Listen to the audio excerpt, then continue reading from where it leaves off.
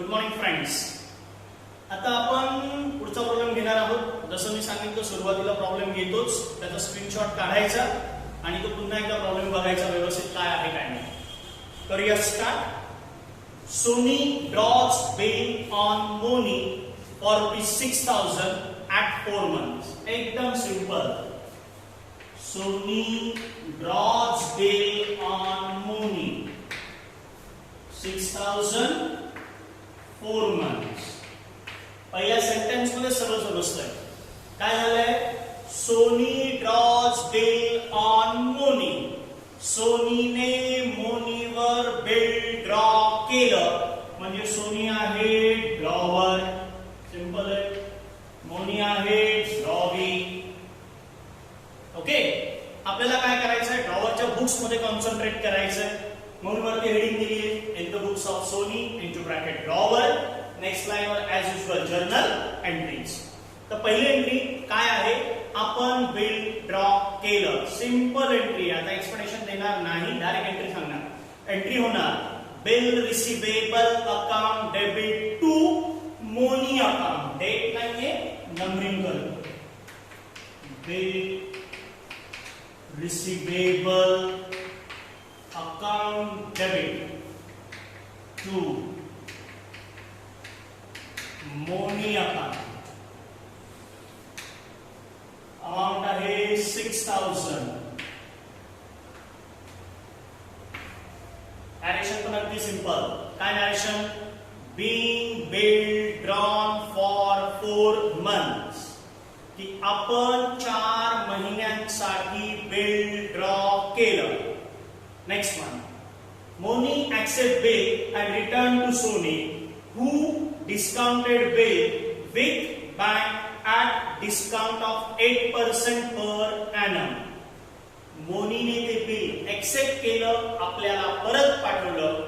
आपल्याकडे बिल आल्यानंतर आपण ते बिल बँकेत डिस्काउंट केलं. आज पण डिस्काउंटचे पर्सेंट दिलेले 8%, म्हणजे 8% ते बिल बँकेत डिस्काउंट केलं. लास्ट लेक्चर मध्ये आपण बघितलेलं आहे how to calculate discount. Discount कसा कॅल्क्युलेट करायचा. साधारणतः 1.5 पेज सोडा, त्यानंतर स्टार टाका, लिखाण करा. Working note. वर्किंग नोट मध्ये पहिला नंबर आहे calculation of interest. Calculation of interest मध्ये 3 फॅक्टर गरजेचे असतात. कॅल्क्युलेशन ऑफ इंटरेस्ट मध्ये 3 फॅक्टर मध्ये पहिला फॅक्टर आहे अमाउंट ऑफ बिल. नेक्स्ट लाईनवर is equal to amount of bill into दुसरा फॅक्टर इम्पॉर्टंट आहे तो म्हणजे रेट. इथं लिखाण करतो मी आता रेट इनटू पिरियड, ज्याला आपण अनएक्सपायर्ड पिरियड असं म्हणतो. न संपलेला पिरियड किंवा नॉर्मली पिरियड लक्षात घ्या. Period of bill that is 4 months. इथे लिखाण करतो मी period. Next line वर is equal to amount of bill ₹6,000.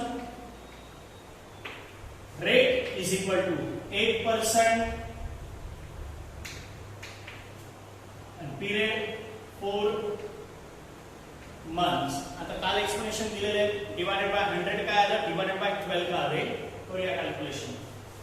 0 0 0 0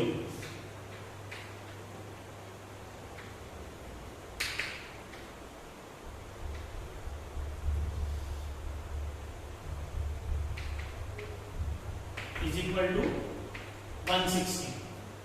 Is it correct? Correct. 160. ठीक आहे. याचा अर्थ काय? Amount of discount is equal to 160. मग आता when we going to discount into bank, the entry will be simple.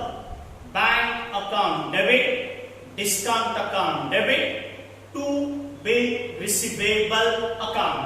तो entry pass. Bank account debit, discount account debit to bill receivable account.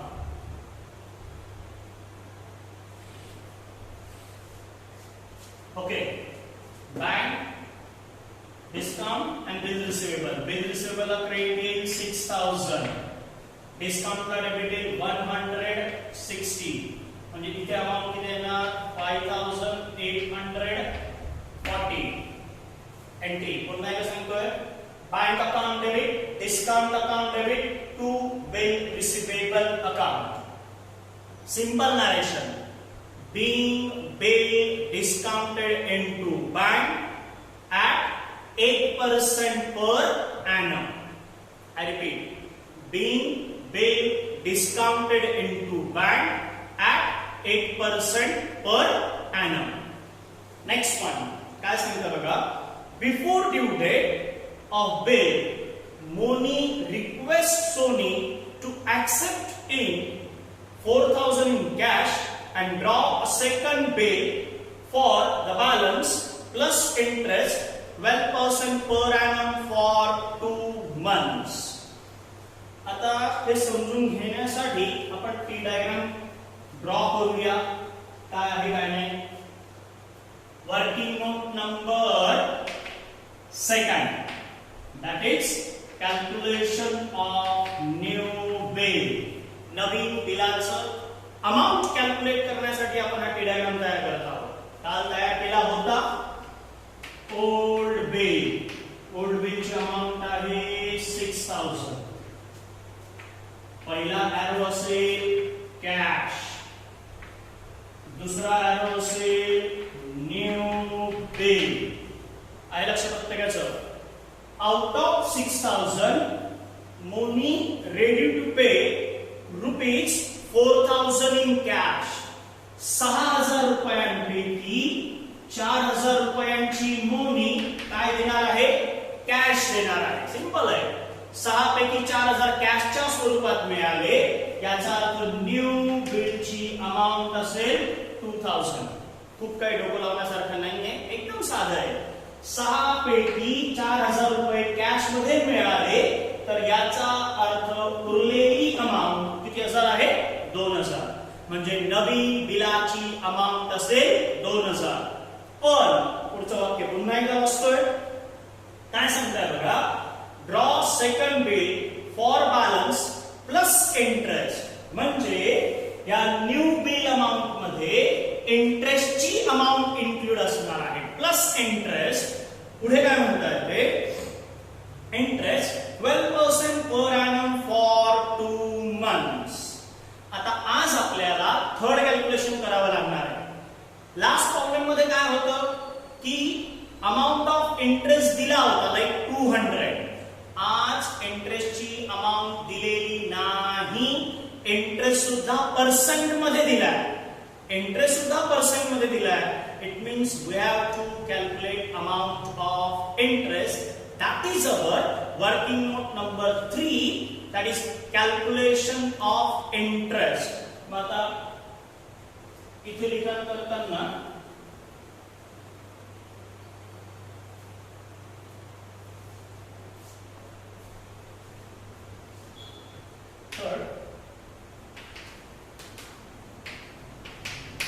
Interest एक छोटंसं correction करतो.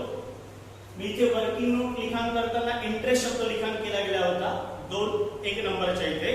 आपण interest नाही तर तो डिस्काउंट कॅल्क्युलेट केलाय. तर वरती मात्र तेव्हा प्रत्येकाने वर्किंग नोट नंबर 1 मध्ये डिस्काउंट इंटरेस्ट न लिहिता डिस्काउंट शब्द वापरा. म्हणजे कॅल्क्युलेशन ऑफ डिस्काउंट प्रिपेअर करायचे प्रत्येकाने. माझ्याकडनं काय चूक झाली नाही, ठीक आहे. 3 नंबर कॅल्क्युलेशन ऑफ इंटरेस्ट. आता कॅल्क्युलेशन ऑफ इंटरेस्ट वाक्य लक्षात घ्या. Interest always calculated on. Interest always calculated on new bill amount for new period. अच्छा वाक्य माझं लक्षात घ्या. Interest always calculated on new bill amount for new period. आता जसं आपण डिस्काउंट कॅल्क्युलेट करताना 3 फॅक्टर्स कन्सिडर केले होते, त्याचप्रमाणे इंटरेस्ट कॅल्क्युलेट करताना पण तीन फॅक्टर कन्सिडर करायचे आहेत. त्याच्यामध्ये पहिला आहे न्यू बिल अमाउंट. इथं लिखाण करतो मी new bill amount into rate into new period. आता नवीन बिलाचा अमाउंट आहे ₹2000. रेट आहे रेट ऑफ इंटरेस्ट काय दिले त्यांनी 12% per annum for 2 months. 12% for 2 months. 12 cancel 0 0 0 0 is equal to 40 ₹40. म्हणजे आपली इंटरेस्टची अमाउंट किती आली 40. आता इथे प्रत्येकाने लक्ष द्यायचं व्यवस्थित. मी काय सांगतोय इंटरेस्ट हा कशामध्ये दिलेला आहे कशामध्ये इन्क्लूड आहे हे जरा व्यवस्थित बघायचं. असं का की इंटरेस्ट हा आयदर ऑर कुठे पण असू शकतोय. फॉर एक्झाम्पल तो कॅशच्या अमाउंट मध्ये सुद्धा असू शकतोय किंवा न्यू बिल अमाउंट मध्ये सुद्धा असू शकतोय. आत्ताच्या प्रॉब्लेम मध्ये क्लिअर कट म्हटलंय new bill amount plus interest. म्हणजे इंटरेस्ट हा न्यू बिल मध्ये आहे इज इक्वल टू 2040. प्रत्येकाचं लक्ष असेल. पुन्हा एकदा क्लिअर समजावून सांगतो. Old bill amount 6000. Out of that 4000 cash मध्ये आले. Remaining amount 2000 new bill plus interest. Interest आपण वर्किंग नोट 3 मध्ये कॅल्क्युलेशन केलेला आहे की how to calculate interest. Okay द्या लक्ष व्यवस्थित. आता काय होणार आता सगळ्यात महत्त्वाचा पॉइंट म्हणजे काय की बिल काय केलं आपण डिस्काउंट केले बरोबर आहे की नाही. डिस्काउंट केल्यानंतर आपण बिल रिन्यू करतो. रिन्यू करतो म्हणजेच काय करतो ओल्ड बिल कॅन्सल करतो. म्हणजे पहिली एंट्री आता होणार की कॅन्सलेशन ऑफ ओल्ड बिल. जुनं बिल कॅन्सल करणार आहोत. जेव्हा जेव्हा बिल कॅन्सल होणार जेव्हा जेव्हा बिल डिसऑनर होणार त्याला रिस्पॉन्सिबल असणार ड्रॉवी. म्हणून एंट्री काय होणार drawee account debit to holder account. मग ड्रॉवी आहे मोनी. एंट्री होणार मोनी अकाउंट डेबिट. होल्डर आहे बँक म्हणून इथे येणार बँक अकाउंट. अमाउंट आहे 6000.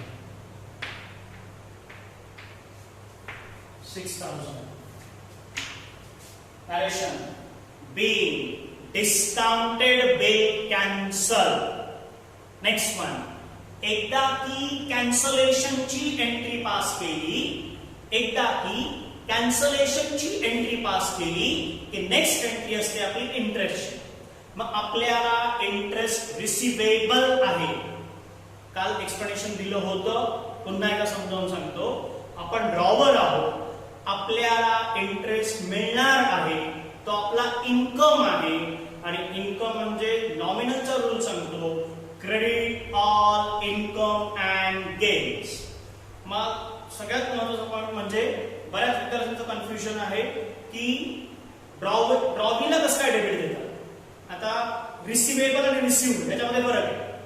रिसिव्ड म्हटलं तर आपला कॅश मिळणार कॅश अकाउंटला डेबिट देणार. रिसिवेबल म्हटलं तर याचा अर्थ काय आपल्याला इंटरेस्ट मिळणार आहे परंतु मिळालेला नाही. ज्या व्यक्तीकडनं इंटरेस्ट मिळणार आहे ती म्हणजे ड्रॉवी आणि ज्याच्याकडनं काहीतरी मिळणार असतं रिसिवेबल असतं त्याला आपण डेटर असं म्हणतो. आणि डेटर ही असते आपली asset and every asset has debit balance. म्हणून ड्रॉवीला डेबिट दिलं जातं. म्हणून एंट्री काय होते drawee account debit to interest account. आपल्या इथे ड्रॉवी आहे Moni. Moni account debit to interest account. Amount rupees 40. 4. Narration being interest receivable. Being interest receivable. एकदा की इंटरेस्टची एंट्री पास केली की नेक्स्ट एंट्री असते आपली पार्ट पेमेंट रिसीव्ड. एकदम सिंपल एंट्री आहे. पैसे मिळाले एंट्री होणार cash account debit to Moni account. That is 4,000. 4,005. Correction. Being part payment received. Next one. Part payment ची एंट्री पास केली की next entry new bill draw. Bill जरी नवीन असेल एंट्री मात्र तीच जी आपण सुरुवातीला केली आहे. बिल ड्रॉ केलं. Bill receivable account debit to money account. Number 6, money account 2014.